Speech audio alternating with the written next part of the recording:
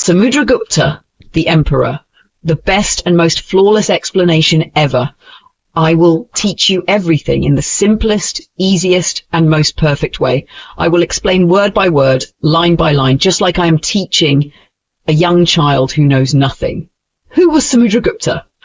Samudragupta was a great emperor of ancient India. He was the most powerful king of the Gupta dynasty. People say he was a genius because he had many talents. We know about him from his inscriptions, written records, and coins. Example, imagine a king who was super smart, super strong, and super skilled. That was Samudragupta. Number 2. Samudragupta as a ruler. As a king, he ruled with power and strictness. His rule was called Prachanda Shasana, which means strong and firm government. He made sure that his people followed the law and his kingdom was well organized. Example, imagine a school principal who makes sure everyone follows rules, punishes bad behavior, and keeps the school peaceful. That's how Samudragupta ruled his empire. 3. Samudragupta as a conqueror, warrior king. He was a great warrior, but not just a fighter for fun. He did not fight wars just to show power. He fought for a bigger purpose, to unite India. What kind of conqueror was he? 1. Digvijay, victorious in all directions. This means he went in all directions, north, south, east, west, and won battles. 2. Dharmavijay, victory with morality. This means he did not fight just to destroy. He followed dharma, righteousness, in war. He treated defeated kings with kindness if they respected his authority. Example, imagine 2 types of kings. One king attacks everywhere just to take land. Another king fights only to bring peace and unity. Samudragupta was the second type. Therefore, why did Samudragupta fight wars? In his time, India was divided into many small kingdoms. Some of these small kingdoms were always fighting each other. This created problems for peace and unity. Samudragupta wanted one strong and united India, so he used his military power to bring them together. Example, imagine a country where different states fight each other every day. If one strong leader unites them under one peaceful rule, the country becomes stronger and safer. That's exactly what Samudragupta did. 5. How did he treat different kingdoms? Samudragupta did not treat all kingdoms the same way. He had 2 different policies. A. Small kingdoms in Aryavata, North India. These were small, weak, and always fighting. They disturbed peace and unity. So Samudragupta defeated them and made them part of his empire. Example, imagine a class with many small groups of students always fighting. The teacher decides to bring them all together into one big group. This makes the class more peaceful. That's what Samudragupta did in Aryavata. B. Distant and border kingdoms. These were far from his empire or on the edges of his rule. They did not cause much trouble, so he did not conquer them. Instead, he made them his allies, friends, and let them rule under his protection. Example, imagine a teacher in charge of one class, but also guiding students from another class. The teacher does not take over the second class, but helps them and makes them follow some rules. That's what Samudragupta did with distant kingdoms. Final super simple summary. 1. Samudragupta was a great king who ruled India with power and intelligence. 2. He was a strong and fair ruler, making sure people followed the law. 3. He was a warrior, but he did not fight for greed or personal power. 4. His goal was to unite India, which had many small fighting kingdoms. 5. He conquered small kingdoms in North India to bring peace. 6. He did not conquer faraway kingdoms, but made them his friends and allies. 7. He was both a great fighter, Digvijay, and a moral ruler, Dharmavijay. Why is Samudragupta important today? He helped create a strong and united India. His rule showed how power should be used wisely. He was an ideal king who balanced war, peace, and justice. This is the best and most flawless explanation. Now, you understand everything in the simplest and easiest. If you still have doubts or questions, feel free to ask.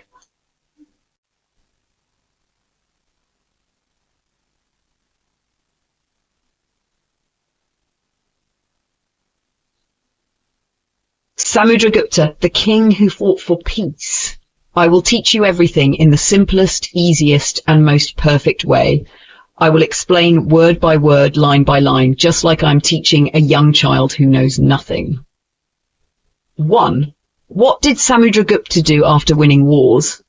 Most kings in history conquered lands, took wealth, and ruled over them, but Samudragupta was different. He did not keep all the lands he conquered. Some places he conquered and set free.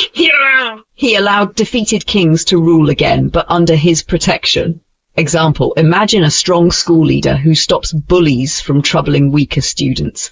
Instead of taking control of their groups, he teaches them to be peaceful. He lets them lead again, but in a better way.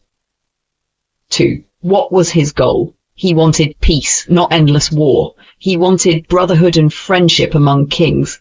Instead of a system of violence and destruction, he created a system of cooperation. That's why other countries admired him.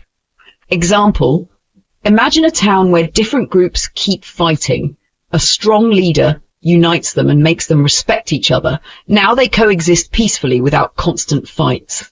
That's exactly what Samudragupta did with kingdoms. Rep 3. Why was he respected in other countries? He did not just defeat kings, he helped them rebuild their kingdoms. He created a new order where kings ruled with peace and cooperation. This made his name famous even in foreign lands.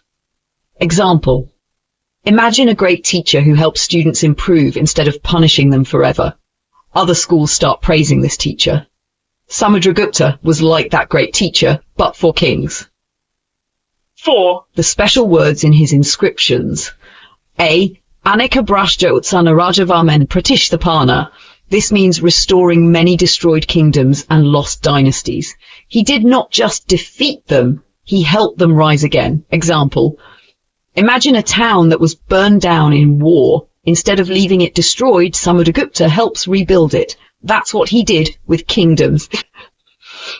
Kalidas's words, Grihita Pratimuktasya sa Dharma Vijay Nripa. This means a true king, Dharma Vijay, captures, then sets free. A normal king captures and keeps power. A Dharma Vijay king, like Samudragupta, captures but then frees and helps others. Example, imagine a strong chess player who wins a game. Instead of humiliating the opponent, he teaches him how to play better. That's how Samudragupta treated defeated kings. C. Vibhava Pratyapana, returning wealth and property. Many kings stole from defeated rulers, but Samudragupta gave back their wealth. Example, imagine a war where a king loses his palace and treasures. A normal conqueror keeps them, but Samudragupta returns everything and tells the king now, rule wisely. D. Yukta Purusha, his officers, were always working, restoring kings and helping them rule. Samudragupta sent his officers to help with this process.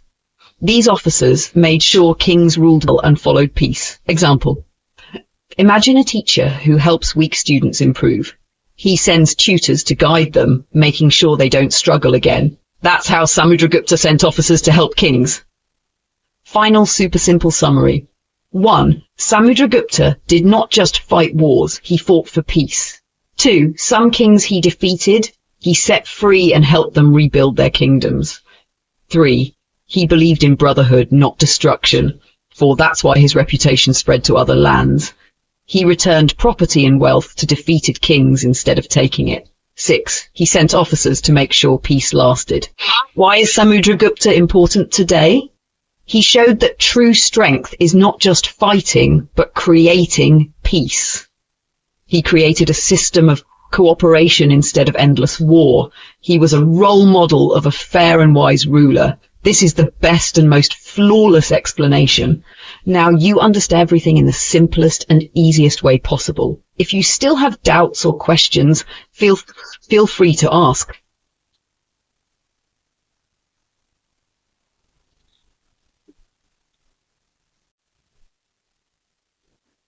Samudragupta, the fearless warrior king. I will teach you everything in the simplest way, as if I am explaining to a young child who knows nothing. I will break it down word by word, line by line, using easy examples. This will be the best, most perfect explanation ever. 1. A king who fought like a soldier. Most kings stayed safe in their palaces while their soldiers fought wars. But Samudragupta was different. He fought in the front line like a real warrior. He led his army with his own hands and strength. Svabu, victory by his own arm. Example. Imagine a football team. Some team captains just stand and give orders, but Samudragupta was like a captain who plays on the field, scoring goals himself. That's why his soldiers loved him. He fought beside them, not behind them. Part-2. He was as fierce as a tiger. He had the speed, strength and courage of a tiger, Vyagra Parakrama. He attacked his enemies fearlessly. Example, think of a tiger in the jungle. When it fights, it does not hide or wait. It jumps in and attacks directly. That's how Samudragupta fought in battles, bold, strong and unstoppable. 3. He fought in hundreds of battles. He was called the hero of 100 battles, Samarashata. His body had scars from many weapons. Each scar was like a medal of honor.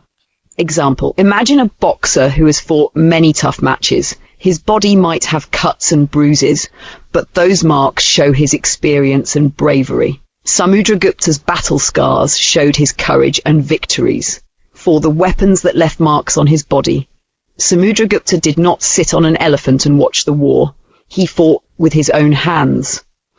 He was hit by many different weapons, such as 1. Parashu battle axe, 2. Shara arrows, 3. Sanku spear, 4. Shakti spike, 5. Prasa barbed dart, 6. Ashi sword, Samara iron club, 8. Bindapala javelin for throwing iron arrows, 9. Naracha iron arrow, 10. Vitastika scimitar, a curved sword.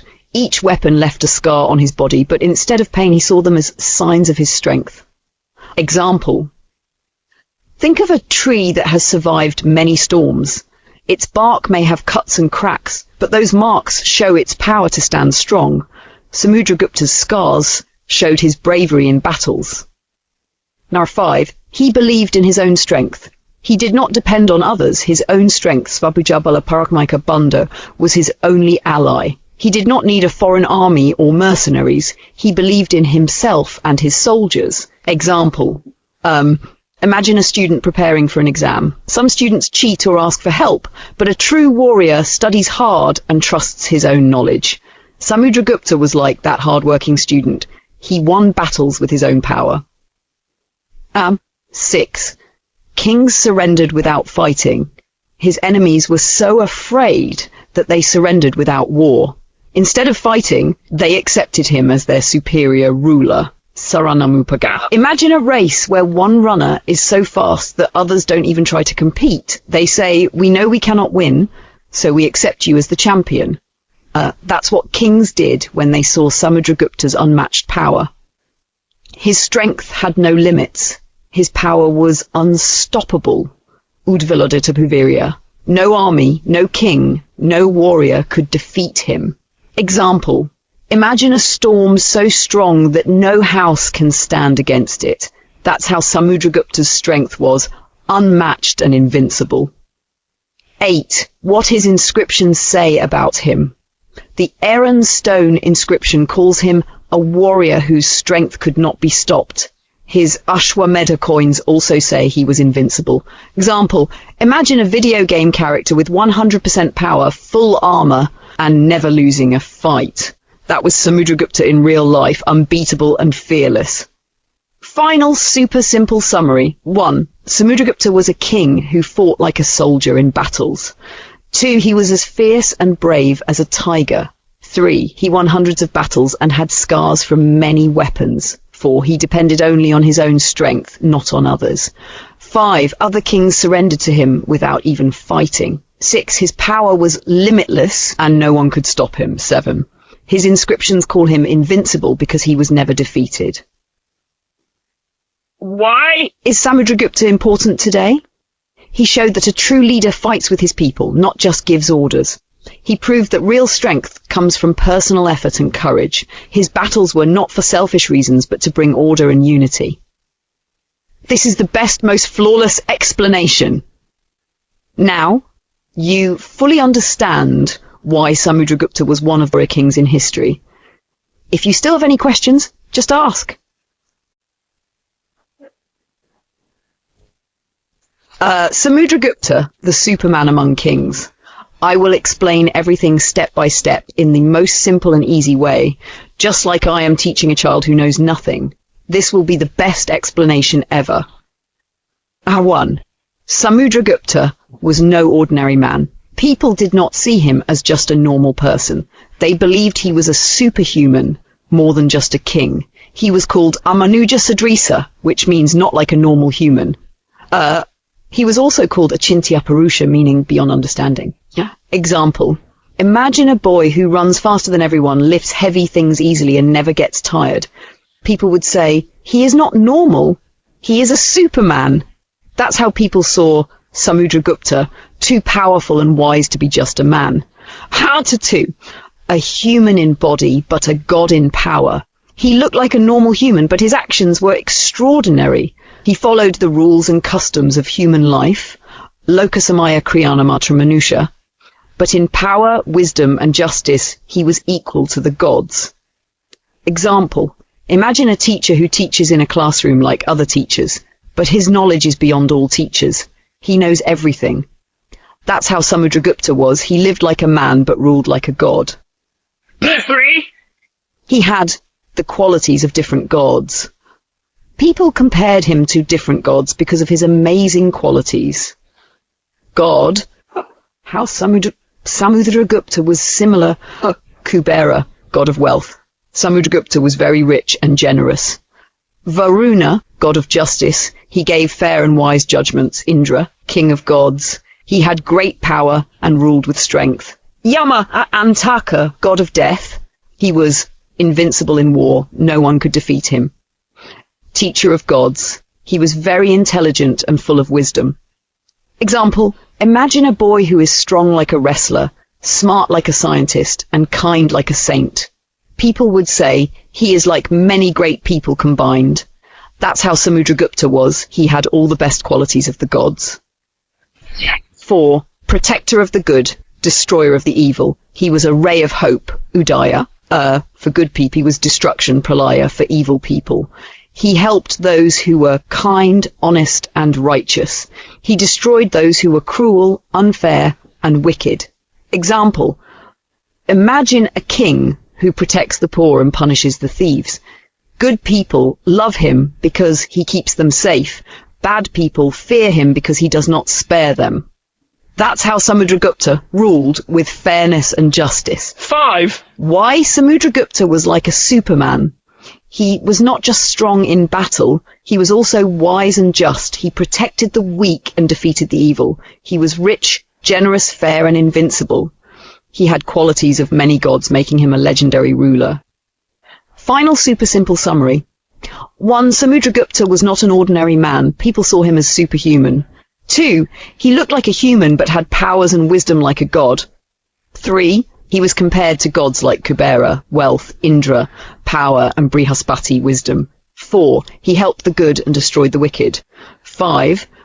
He ruled like a Superman, strong, wise, kind, and just. Why is Samudragupta important today? He teaches us that true greatness is not just strength, but also wisdom. He showed that leaders should be fair and protect their people. His life is a lesson for everyone.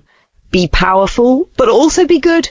This is the best, most flawless explanation. Now you fully understand why Samudragupta was like a Superman among kings. If you still have any questions, just ask.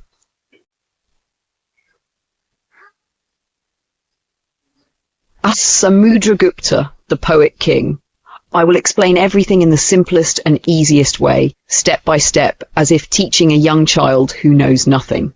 This will be the best explanation ever. 1. Samudragupta was not just a warrior, he was a poet too. Most kings in history were only fighters and rulers, but Samudragupta was different. He was not just strong in battle, he was also a great poet and a lover of knowledge. Example, imagine a boy who is the best at sports, but also writes beautiful stories and poems. People would say he is not just an athlete, he is also a genius. That's how Samudragupta was, both a warrior and a poet. 2, a mind full of bliss and wisdom. His mind was always happy and full of peace, Sukhamana. He loved the company of wise sages, Prajanchitta. He understood the deep meanings, tattva, of ancient books, sastras. Example. Imagine a king who spends time learning from great teachers. He does not just fight wars, he also reads books and gains wisdom. That's how Samudragupta was, a ruler who valued knowledge. 3. He gathered the best poets and scholars. He brought the best writers and poets to his court. He listened to their judgments, Gunaja, on literature.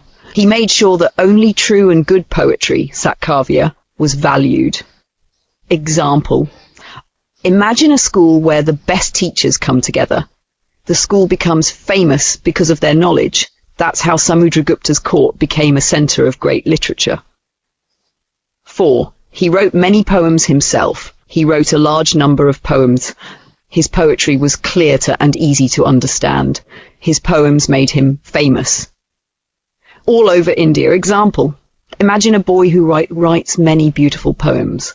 People love his work because it is easy to understand. That's how Samudragupta's poetry became popular. And 5. He was a king in literature too. Just like he ruled over his kingdom, he also ruled over the world of poetry. He earned a second kingdom, one of fame, Kirtiraja. Example, imagine a man who is both a great king and a great writer. He is respected not just for his power, but also for his knowledge. That's how Samudragupta was, a ruler of both land and literature. 6. He revived the title of Kaviraja, Prince of Poets. Because of his many poems, Anakavya Kriyabi, he was given the title Kaviraj. This means Prince of Poets, a title given only to the greatest poets. His poems were so popular that scholars could make a living by studying them, Vijanopajivya. Example, imagine a poet whose books sell everywhere and people study them to learn poetry. He is called the King of Poets because of his greatness. That's how Samudragupta was known as Kaviraj. 7. Why was Samudragupta's poetry important? His poems were not just for beauty, they also taught wisdom. He set a standard for good poetry and inspired future writers. He showed that a true king must have both power and wisdom. Final super simple summary. 1. Samudragupta was not just a warrior, he was also a great poet. 2. He loved knowledge and gathered the best poets in his court. 3. He wrote many clear and beautiful poems that made him famous. 4. He ruled not only in politics, but also in the world of poetry. 5. He revived the title Kaviraja, Prince of Poets. Why is Samudragupta important today? He teaches us that knowledge is as important as power. He proves that a leader should be wise and artistic, not just strong. His poetry inspired generations and helped develop Indian literature. This is the best, most flawless explanation. Now you fully understand why Samudragupta was a great poet king. If you still have any questions, just ask.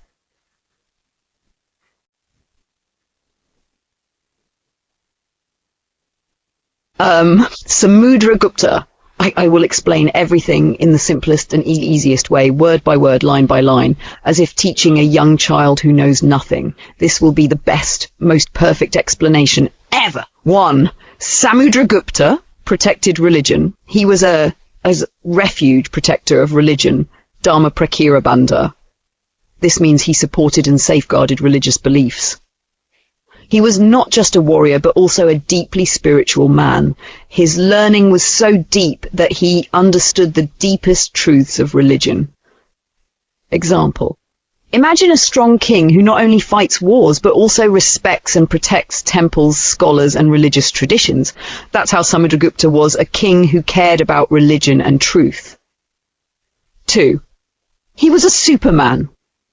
The Manjushri Mulakalpa, an ancient text, calls Samudragupta a superman. Why? Because he was always alert, ever vigilant, never worried about himself, unmindful about himself, never worried about life after death, unmindful about the hereafter. Imagine a superhero who works day and night to protect his people. He never thinks about himself. He never worries about his future, only about doing good today. That's how Samudragupta was, a ruler who only cared about helping others. 3. His greatness was recorded on stone. After Samudragupta died, his son Kumaragupta made a stone pillar to describe his father's greatness. This Bilsad stone pillar inscription praised him as the conqueror of all kings, samudragupta, a warrior with no equal on earth. A king whose fame touched the 4 oceans, Chaturudadi Salilasvadito, as rich as the gods, the god of wealth, as just as Varuna, the god of justice, as powerful as Indra, king of gods, as invincible as Yama, the god of death, also called Antaka, as fierce as Lord Shiva's axe, Kritantaparasho, a giver of lawful wealth and donations. A great king who performed Ashvamedha Yajna, Chirutsan Nashvamedhatu. Example, imagine a king who is so powerful, just and generous that people say he is like a god among men. That's how Samudragupta was, a ruler who had the power of gods and the kindness of saints. 4. His fame lasted for generations. The praise of Samudragupta was repeated in later inscriptions. Bitari stone pillar by Skandagupta. Bihar stone pillar by Skandagupta. Bitari seal inscription by Kumaragupta III. This means even after his death, kings remembered his greatness. Example. Imagine a student who is so brilliant that teachers talk about him even years later. That's how Samudragupta was, a king whose fame never faded. 5. He had many titles that showed his greatness. In inscriptions and coins, Samudragupta was given many titles. These titles show different sides of his personality. Some of his titles: 1. Maharaja Dhiraja, the king of kings. 2. Kaviraja, the prince of poets. 3. Dharma Rakshaka, the protector of religion. 4. Chirajaya, the eternal conqueror. 5. Ashvamedha Yajnakata, the performer of Ashvamedha sacrifice. 6. Apratiratha, the unmatched warrior. 7. Parakrami, the bravest king. Example. Imagine a man who is a champion in sports, genius in studies, loving son and kind friend. People give him many titles, like the star athlete, the smartest boy, the best friend. That's how Samudragupta was, so great that people gave him many titles. Final super simple summary. 1. Samudragupta protected religion and understood deep truths. 2. He was like a superhero, always working, never thinking about himself. 3. His greatness was recorded on stone pillars by his son and later kings. 4. He was compared to gods because of his power, justice and wisdom. 5. Even after his death, his name was remembered for generations. 6. He had many titles that showed his greatness. Why is Samudragupta important today? He teaches us that a great leader should have both power and wisdom. He shows that true kings are not just warriors, but also poets and protectors of knowledge. His legacy proves that doing great things keeps your name alive forever. This is the best, most flawless explanation. Now you fully understand why Samudragupta was one of the greatest kings in history. If you still have any questions, just ask.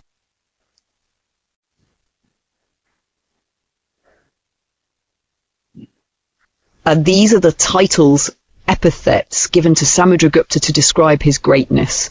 Let's break down each title word by word in the simplest and easiest way with examples. 1. Titles from inscriptions, epigraphic titles. Arya, the noble one.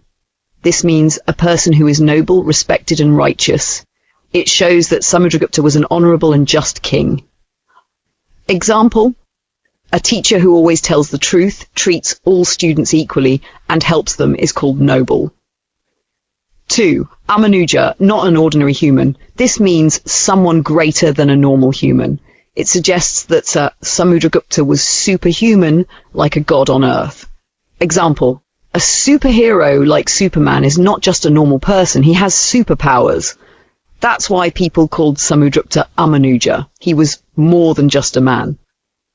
3. Achintya Purusha, the incomprehensible man. Achintya means beyond understanding. Purusha means man. This means a person so great that normal people cannot even imagine his power. Example, imagine a genius scientist whose ideas are too advanced for ordinary people to understand. That's Samudragupta. His wisdom and power were beyond imagination.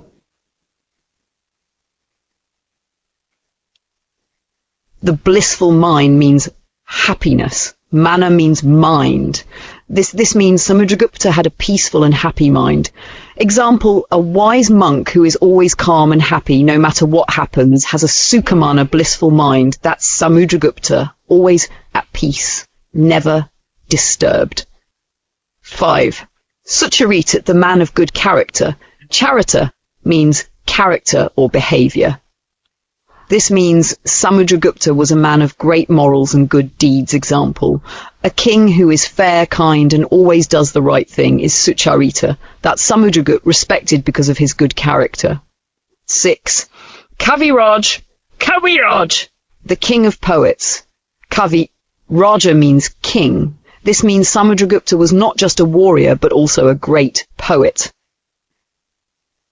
A fighter who also writes beautiful poetry is both strong and intelligent. That's Samudragupta, strong like a warrior, wise like a poet. 7. A Prithivyam. Unmatched warrior on earth. Prithivyam means on earth. Apratiratha means a warrior with no equal. This means no other warrior on earth was as strong as Samudragupta. A chess champion who has never lost a match is Apratiratha in chess. That's Samudragupta, unbeatable in battle. 8. Parakramanka, marked by great courage. Parakrama means bravery or courage. Anka means mark or sign. This means Samudragupta's bravery was so great that it became his identity. A soldier who fights fearlessly in every battle and never gives up is Parakramanka. That's Samudragupta, fearless and brave in every battle. 2. Titles from coins, numismatic titles. 9. Apratiratha, unbeatable warrior. This is another way of saying no one could defeat him. He was a warrior without equal. Example, a boxer who wins every match and never loses is Apratiratha in boxing, always victorious.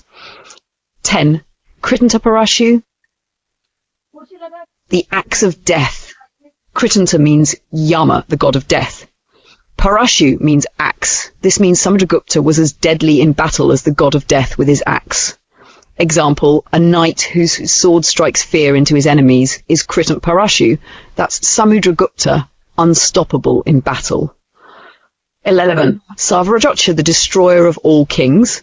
Sava means all. All Ravi King. means destroyer. This means Samudragupta defeated many kings and made them submit. Example, a warrior who defeats every opponent and becomes champion is Savarajotcha. That's Samudragupta. He crushed all his enemies. 12.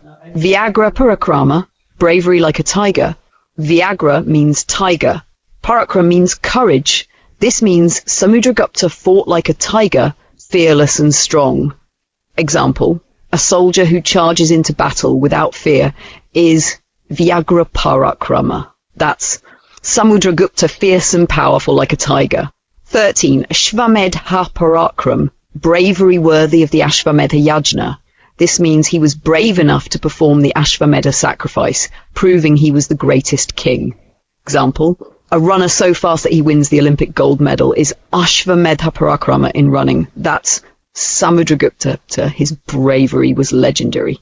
Egg 14. Aprativarya Viri, unstoppable strength. Aprativarya means unstoppable. Virya means strength.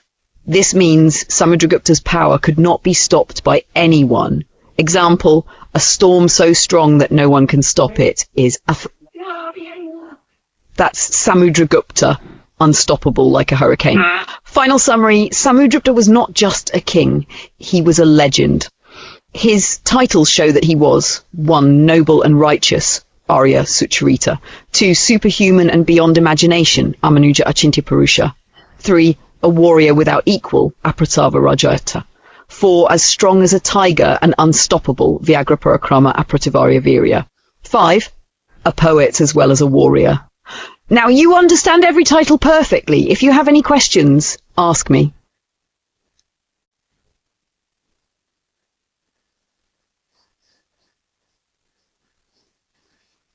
The history of the Vakataka dynasty explained in the simplest way.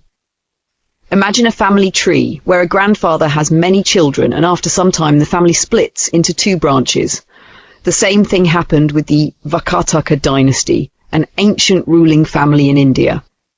Now let's break down everything step by step so that even a child can understand. 1. Who were the Vakatakas? The Vakatakas were an ancient Indian dynasty that ruled parts of central and southern India.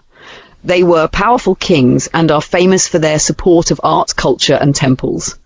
They ruled during the 3rd to 5th centuries CE, about 1500 to 1700 years ago. The problem with Vakaka history. Historians had a big problem in understanding the Vakataka family history. Why? Many kings had similar names. Some inscriptions, old writings on stone and metal, gave different family trees. Historians were confused about how the kings were related to each other. For many years, people argued about who was the father, son, or brother of each king. Tab 3. How was the mystery solved? A historian named V.V. Mirashi solved the confusion. How? He studied an old inscription in a cave at Ajanta, Cave 6. He also found a new copper plate in a place called Basim in Maharashtra. This copper plate had the name of a king called Vinashakti II Vinyasana. The plate also mentioned his capital city called Vatsaguma, modern Basim, Akola district, Maharashtra. These discoveries helped Mirashi understand the true family tree of the Vakakas. The big discovery. 2 branches of the Vakatakas. Mirashi discovered that the Vakataka family had split into 2 branches. This split happened after King Pravarasana C, the son of the first king Vindhyashakti. The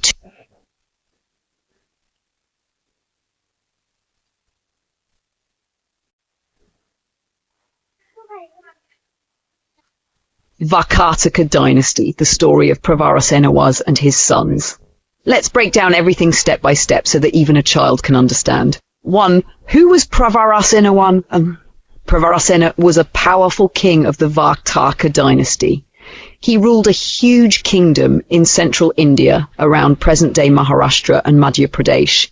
He was one of the greatest kings of the dynasty. 2. What happened after his death? Pravarasena, I had 4 sons. After his death, his sons divided his kingdom into different parts. The eldest son was Gautamiputra. He died before his father. Because Gautamiputra died early, his son Rudrasena became king instead.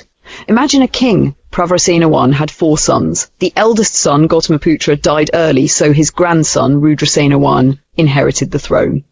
3. What did Rudrasena I do?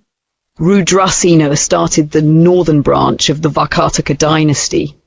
This branch ruled northern Berar, modern Maharashtra, and parts of central India. Their rule is known because of inscriptions, old writings on stone and copper plates found in these areas. 4. Where did Rudrasena I's rule? We found an inscription of Rudrasena I in a place called Diotek, in Chanda district, Madhya Pradesh. His great-grandson Pravarasena II ruled over Amravati, Warda, Nagpur, Betul, Bandalagat. These were the places where they gave land grants, donations of land to people. At 5. What was the capital city? At first, the capital of the northern branch was Nandivardhana, near modern Nagpur. We know this from old copper plates, Pune plates of Prabhavati Gupta and other inscriptions.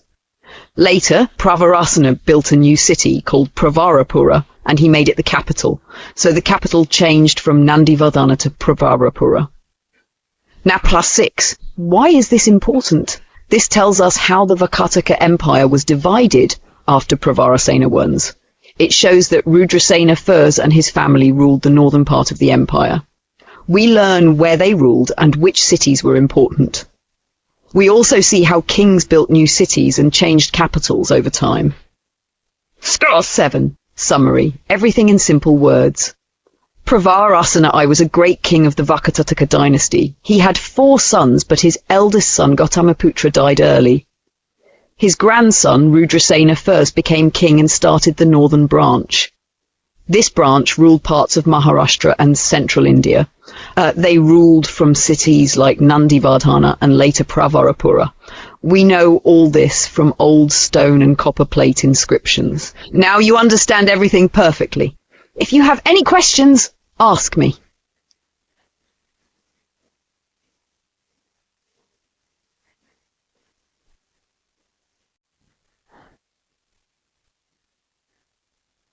Vakata dynasty, the family tree explained in the simplest way. Let's break everything down step by step in the easiest way so that even a small child can understand. 1. What is a genealogy? Genealogy means a family tree, a list of all the family members from the oldest to the newest. It tells us who was the father, who was the son, and who ruled after whom. And 2. The Vakataka dynasty had 2 branches. Imagine a big tree. The Vakataka dynasty was like a tree with 2 big branches. These 2 branches ruled different parts of India. The 2 branches were: 1 northern branch ruled parts of Maharashtra and Madhya Pradesh. 2 Vatsagulma branch ruled a different part of Maharashtra. 3. The family tree of the northern branch, father to son, step by step. 1. Vindhya Shakti, the first king of the Vakataka dynasty. He started the royal family. 2. Pravarasena, his son, a great ruler who expanded the kingdom. To his death, was divided among his sons. 3. Rudrasena, his grandson, became the king after his grandfather Pravarasena. 4. Prithivishna, his son, ruled the northern branch after Rudrasena. 5. Rudrasena II, his son, married Prabhavati Gupta, who was the daughter of Emperor Chandragupta II of the Gupta dynasty. This marriage made the Vakatakas and Guptas allies. 6. Pravarasena II, his son, became king after Rudrasena II, changed the capital from Nandivardhana to Pravarapura, named after himself. 7. Narendrasena, his son, ruled the kingdom after Pravarasena II. 8. Prithivishna II, his son, the last known king of this branch. After his rule, the northern branch slowly declined. 4. The family tree of the Vatsagulma branch, father to son, step by step. 1. Founder of the Vakaka dynasty. He was also the ancestor of the Vatsagulma branch. 2. Pravarasena, his son, a strong ruler who expanded the empire. After his death, his sons divided the kingdom. 3. Sarvasena, his son, founded the Vatsagulma branch of the dynasty. He ruled a different part of Maharashtra. 4. Vindhyasena, also called Vindhya Shakti II, his son, ruled after Sarvasena, issued the Basim copper plate grant, which tells us about his rule. 5. Pravarasena II, his son, became king after Vindhyasena. 6. Unking, his son. We don't know his name because the inscriptions are lost. 7. Devasena, his son, ruled after the unknown king. 8. Harishsana, the last powerful king of the Vatsagulma branch, encouraged art and culture. During his rule, the famous Ajanta caves were built. 5. Summary, everything in simple words. The Vakataka dynasty had 2 branches. Northern branch ruled Maharashtra and Madhya Pradesh. Vatsagulma branch ruled a different part of Maharashtra. The family tree shows how kings ruled one after another. Rudrasena II from the northern branch married a Gupta princess, Prabhavati Gupta. Harishna from the Vatsagulma branch helped build the famous Ajanta caves. The northern branch slowly declined while the Vatsagulma branch also faded away over time. Example to understand better. Imagine 2 brothers inherit a big house. One brother lives in one part and starts his own family. The other brother lives in another part and also starts his own family. Over time, their children and grandchildren continue ruling their parts. This is exactly what happened with the Vakataka dynasty. Now you fully understand the Vakataka family tree in the simplest way. If you have any doubts or want more details, just ask.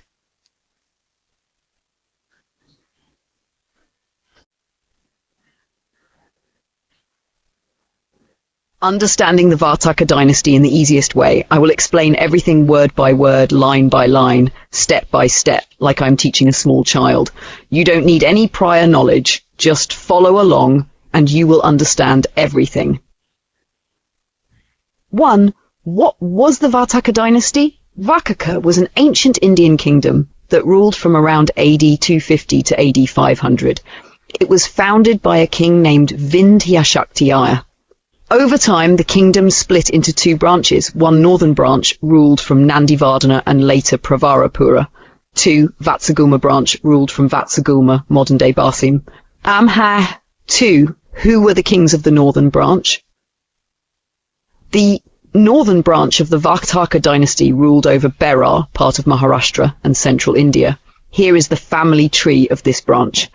1. Vindhyashakti, the founder of the dynasty. 2. Pravarasena is his son, a powerful ruler. 3. Rudrasena, grandson of Pravarasena Vans, started the northern branch, his son. 5. Rudrasena II married Prabhavati Gupta, the daughter of Gupta Emperor Chandragupta. 6. Pravarasena II, son of Rudrasena II, shifted the capital to Pravarapura. 7. Narendrasena, his son. 8. Prithivna II's. 8. The last known king of this branch. Example to understand. Imagine a big family where one son moves to a new city and starts his own house. Over time, his children continue ruling that house. This is what happened to the northern branch of the Vakaka dynasty. Act 3. Who are the kings of the Vatsagulma branch? The Vatsagulma branch ruled over southern Maharashtra and parts of Vidarbha. Here is their family tree. 1. Vindhyashakti I, the common ancestor of both branches. 2. Pravarasena, his son. 3. Sarvasena started the Vatsagulma branch. 4. Vindhyashakti II, Vindhyasen, his son, issued the Basim copper plate grant. 5. Pravarasena II, his son. 6. One unnamed king name lost in history, his son. 7. Devasena, his 8. The last known ruler of this branch. He built Ajanta caves. Example to understand. Imagine another son of the same big family moves to a different city and starts his own house. Over time, his children rule there. This is the Vatsagulma branch. How did historians find this information? Historians use inscriptions, writings on metal or stone, to learn about ancient kings. For the Vatsagulma branch, they found 5 important inscriptions. Basim copper plates of Vindhyashakti II talks about his rule. A broken copper plate of Devasena mentions another king. 3. An inscription inside Ajanta cave the 6th, made by a minister named Varahadev. 4. Another inscription of Varadeva in Gatotkacha cave near Ajanta. These inscriptions are like old history books carved in metal and stone. Example to understand. Imagine you find an old letter written by your great-grandfather. That letter tells you what life was like in his time. In the same way, these inscriptions tell us about the Vakataka kings. 5. How did historians find the dates? The biggest clue comes from Rudrasena II, a king from the northern branch. He married the daughter of Chandragupta II, a powerful Gupta emperor. Chandragupta II ruled from AD 375 to ADs. Since Rudrasena II lived at the same time, historians calculated the timeline of the Vakataka kings based on this. Example to understand. Imagine your uncle married a famous actress. If you know when she was famous, you can guess when your uncle was alive. Number 6. Estimated timeline of the Vartaka dynasty. Historians have estimated the dates based on inscriptions and records. AD 250, Vindhyashakti founds the dynasty. AD 400, Vindhyashakti Tepa's rule ends. AD 475 to 500, Harishna rules and builds Ajanta caves. The Vakataka dynasty lasted for about 250 years. Example to understand. Think of a tree growing for 250 years. In the last few years, it produces beautiful flowers, like Ajanta caves, but soon after it starts to wither, the dynasty ends. 7. Ajanta Cave 6 and its connection to the Vakatakas. Ajanta caves are beautiful rock-cut Buddhist temples. Cave 6 was built by a minister named Varahadeva during Harishana's rule. Historians estimate that Cave 6 was built around AD 500. This matches the time of Harishina, proving that he was ruling at that time. Example to understand: if you see a building with a date engraved on it, you can guess when it was built. Historians did the same with Ajanta Cave. 8. Summary: everything in the simplest words. The Vakataka dynasty started around AD 250 with Vindhya Shakti once. The dynasty split into two branches, Northern Branch and Vatsagulma Branch. Rudrasena II married Chandragupta II's daughter, helping historians find the dates. The dynasty lasted about 250 years, ending around AD 500. Ajanta caves were built during the rule of Harishna, proving he ruled in AD 500. Final example to remember everything easily. Imagine a big old tree, the Vakataka dynasty. 1. The tree grew from a seed in AD 250, Vindhyakti 1. 2. The tree had two big branches, Northern and Vatsagulma. One branch married into a strong family, Guptas. 4. The tree stood strong for 250 years. 5. Before it fell, it produced beautiful flowers, Ajanta caves. 6. By AD 500, the tree started to wither, the dynasty ended. Now you fully understand everything about the Vakataka dynasty in the simplest way possible.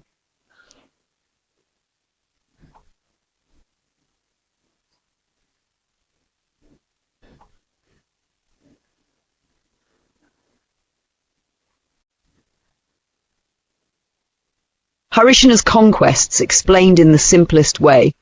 I will teach you step by step using easy words as if you are a child with no prior knowledge. Who was Harishina? Harishina was a powerful king from the Vakataka dynasty. He ruled from AD 475 to AD 500. He expanded his kingdom by defeating other rulers and taking their land. His victories are written in an inscription inside Ajanta Cave 6. What is an inscription? An inscription is writing carved on a stone or metal plate. It tells us about history. Harishina's inscription lists the places he conquered. Where did Harishina conquer? Harishina captured 7 major regions in India. 1. Kuntala. 2. Avanti. 3. Kalinga. 4. Dakshina Koshala. 5. Trikuta. 6. Lata. 7. Andhra. Now let's understand each place one by one. Where Kuntala? Where is it? It was between two rivers, Bhima River and Vedavati River. Covered parts of Maharashtra, Karnataka, Tamil Nadu. Capital city, Pratishtana, modern Paithan in Maharashtra. Example to understand: think of Kuntala as a big piece of land between two rivers in South India. 2. Avanti. Where is it? Located in Madhya Pradesh, central India, also called the Malwa region. Capital city, Ujjain, a famous city in Madhya Pradesh. Example to understand: think of Avanti as a house in central India. The main door of this house is Ujjain. Where is it? On the east coast of India, between two rivers, Mahanadi River, Odisha, Godavari River, Andhra Pradesh. Covers Odisha and Andhra Pradesh. Example to understand: imagine Kalinga as a strip of land near the Bay of Bengal between two rivers. 4. Dakshina Koshala. Where is it? Located in modern-day Chhattisgarh, covered parts of eastern Madhya Pradesh and Odisha. Example to understand: think of Koshala as a green forest land with temples, rivers and hills. Where is it? Located in North Konkan, western India, west of Nashik in Maharashtra. Example to understand: imagine a small kingdom near the Arabian Sea, west of Nashik. 6. Lata. Where is it? Located between Mahi River and Tapti River. Covers Gujarat and Maharashtra. Example to understand: think of Lata as a farming land between two rivers in Gujarat and Maharashtra. 7. Andhra. Where is it? South of Godavari River, covers parts of modern Andhra Pradesh and Telangana. Example to understand: imagine Andhra as a land of traders and temples near the Godavari River. Summary: everything in the simplest words. Harisena was a great king of the Vakata dynasty. He ruled from AD 475 to AD 500. His victories are written inside Ajanta Cave 66. He conquered 7 big regions in India. 1 Kuntala, Maharashtra, Karnataka, Tamil Nadu. 2 Avanti, Madhya Pradesh, Ujjain. 3 Kalinga, Odisha, Andhra Pradesh. 4 Dakshinya, Koshala, Chhattisgarh. 5 Trikuta, Konkan, near Nashik. 6 Lata, Gujarat, between Mahi and Tapti rivers. 7 Andhra, Andhra Pradesh, Telangana. Final example to remember everything easily. Imagine Harisena as a player in a game. He captures Kuntala, Maharashtra, Karnataka, Tamil Nadu. Then he moves to Avanti, Ujjain, Pradesh. He wins Kalinga, Odisha, Andhra Pradesh. He takes over Koshala, Chhattisgarh. Then he controls Trikuta, Konkan, Nashik. He adds Lata, Gujarat. Finally, he conquers Andhra Pradesh. Telangana! By AD 500, Harisena controlled a huge part of India. Now you fully understand Harisena's conquests in the easiest way possible.